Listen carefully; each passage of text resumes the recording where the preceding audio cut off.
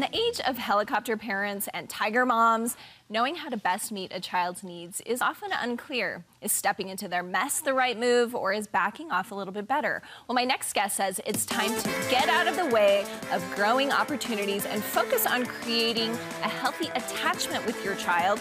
Author and Redefined founder Connie Sokol joins me. And let's just talk about that healthy attachment. What does that mean? Yes, and that's such a big buzzword now. So there's three different kinds of attachments. There's secure, there's insecure, and there's dysfunctional.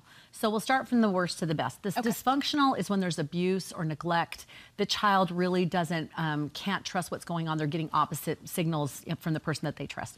And then insecure is more if they have anxiety or doubt, or they struggle with their ability to deal with life. So that's an insecure attachment. Then a secure attachment is when they're able to trust themselves and you, and that they are capable to deal with what's coming.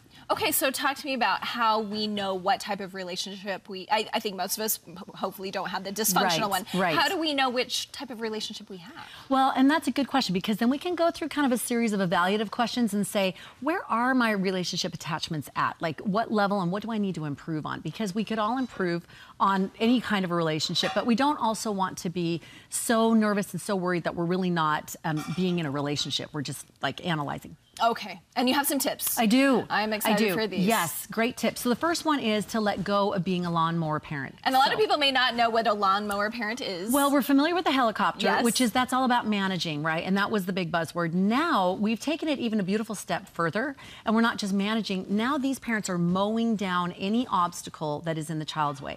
So there was this beautiful article in USA Today, and it was this teacher who had posted and was so fed up. And these were real things that happened. She said that there was a parent of a high school student that called and asked a teacher to walk that student to their next class so they wouldn't be late. Another one said that they called the cafeteria and asked if someone would please blow on their child's too hot lunch to cool it down. No joke. And another one said that there was a child that was a more teenager, clearly able to call and schedule a makeup test, and the parent was sheepishly saying, well, I need to call and make this up for my child. So that's when we know we're being a lawnmower parent. We can do favors for our children, and that's just so... That's family, we've got their back. But when it becomes a pattern, we really need to help them talk through solutions so they can choose one and they move forward. And that's what I was gonna say. Is it being a lawnmower parent if you help them like figure it out, but then make them do it themselves? No, if you can help them talk through it and figure out solutions, that's a life skill. Okay. Now, whenever they come up with something that's on their life tool belt and they'll go, oh, I can figure out some different solutions, and now I'm gonna choose one. Like my daughter, she does art. She does this kind of basic art pad, and she wanted a new digital media pad, and I said, how can you earn that?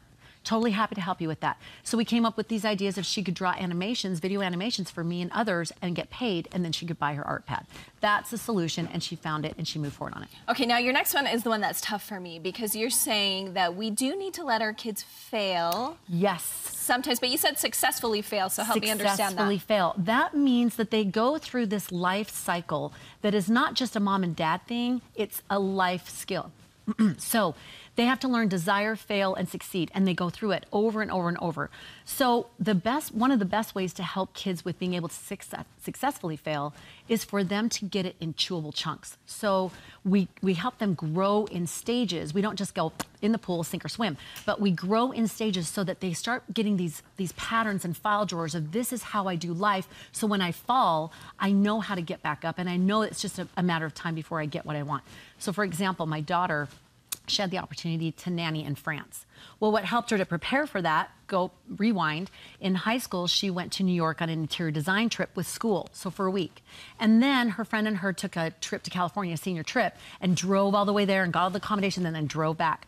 And then she did summer schedule with my kids and things, so she learned how to do that. So now when she went to France, new language, new place, new travel things, doing different kids with different language, she could negotiate all of that. So even though she had moments of failure, she was able to quickly bounce back and have success because she'd already grown in stages, if that makes sense. It does. What are some of the ways that are safe places for our kids to fail, though? Because some of the things I'm like, oh, they can't. If they failed this class, they don't get into college. I mean, where are the safe spaces for them? Start young, where they're able to do a sampling. In fact, I just did a podcast. I talked about Angela Duckworth, who is the author of Grit, and it's the power of passion and perseverance.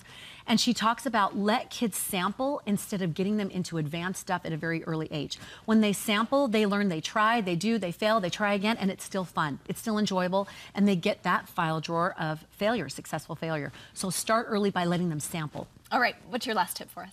The last tip is making sure that with the secure attachments that you are what's called attuned in your attachments. So what we tend to do as parents is wrongly tune in to their signals, where the author of the article was saying she saw a father who was feeding his little 8-month-old baby, and the baby was dropping the food, and he'd hit him on the hand and go, no, no, no, no. And so this brave woman said, I'm just curious why you're doing that. And he said, I don't want him to be rude and not have manners. She said, I'm actually a social worker, and at this age, they don't know about rudeness. He's doing spatial things where he sees that something, an object, permanence. So it's learning to be attuned. So for example, when your teenager is sassing you, our back may get up and be like, you don't talk to me that way, right? But instead recognize, oh, they're at the stage where they're defining their independence, using their voice. So you can just be really factual and even toned. So, oh, I can tell you've been thinking about this. Tell me what your thoughts are on this. You know it's going to be a yes or no, but you can listen. And that's being attuned to that attachment, and they can trust. And that makes me be mature, though. Well, it does, and you had to dig deep and be that adult, do the adulting, which is really hard because we'd really rather go, no. Yes. So, okay, now you mentioned your podcast. That's something new you're doing. Tell us how we can find you Been there. doing it for a few months, and it's going fabulously. Love it. This has more about grit and resilience on there. If you go to iTunes, or you can go to my website, ConnieSokol.com, click on podcast on the homepage, takes you right there. Thank you so much, Connie. I think these are things we all need to work on. Thank you so much.